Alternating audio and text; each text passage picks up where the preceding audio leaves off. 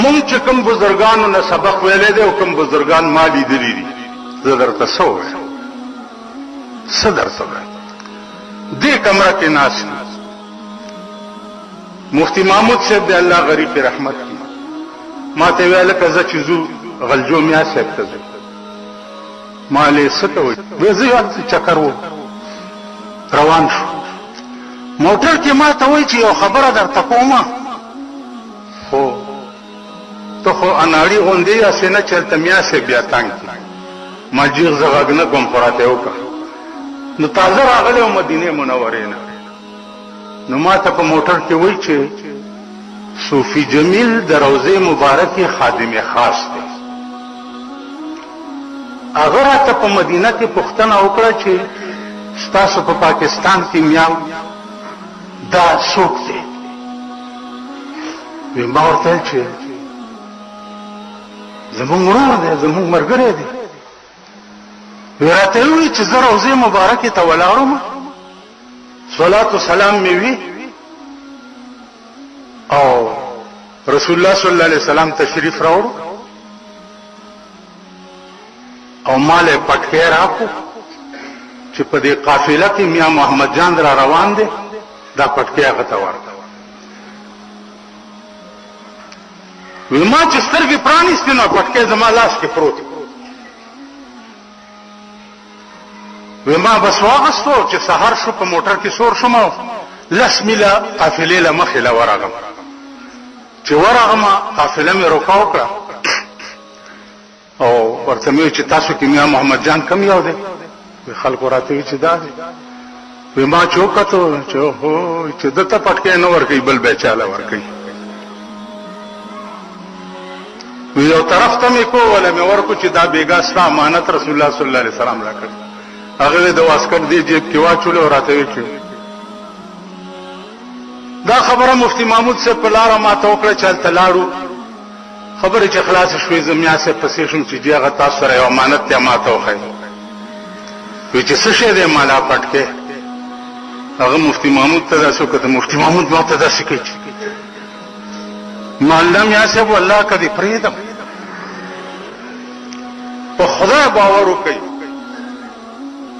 په داسې ځای کې ولاړم چې سلويخ 15 کاله پکې قال رسول الله ویلي شي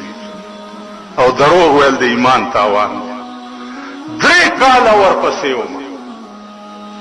3 کاله خو اخیری راته وې چې زما د کور د بدعت اډه ولې جوړه کچا ته پته ولګي چې دې کې د رسول الله سم پټکې دې خطک بدا دیوالونه صفای سو ګورته سجدي لکې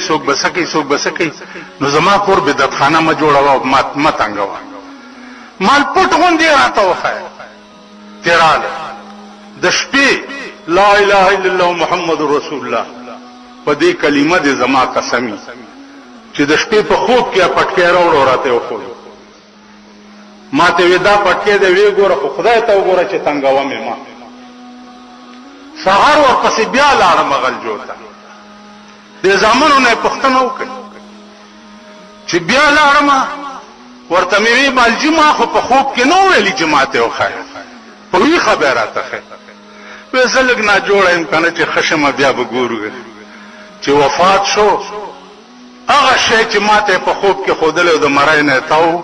چې کفن کې مې وکړو سو وخت کې خور ته ځان سره یو زما عزیزانو د غرغشتو مولانا په دې کوستا کال کې شپه جلسه چې ختمه شو مونږ ور سره ناستو یو بجو د شپې هغه به چې خبره کوله داسې وکړ به یو خبره ده چې وکم کنه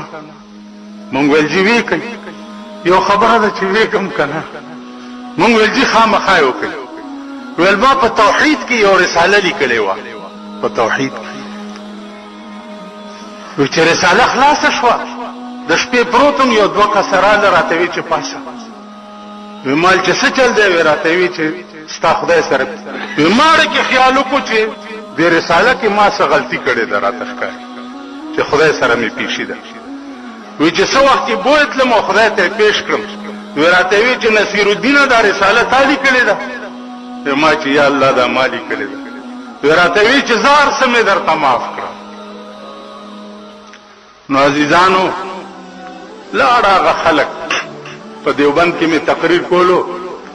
په هغه ځای ولاړم چې په کوم ځای مولانا مدني درس کولو نو دا شعر مې وی چې مزتی الدهور وما اتینا بمثله ولقد اتا فعجزنا عن نظرائه لاړې زمانه چې او زما د یار غوندې یو زمانه پیدا نه کړ دا ځای به بیا په نوري صاحب څنګه پیدا کړ چې په کوم ځای باندې په دې د خدای نه ډېر شکر گزار یم او ډېر شکر گزار یم چې د هغه د شاګرد مې نن د بخاري درس واورېد نو عرض مې دا او عزیزانو چې دا ټول څیزونه د وسعت علم سره تعلق لري دې دپاره ډېر وسیع علم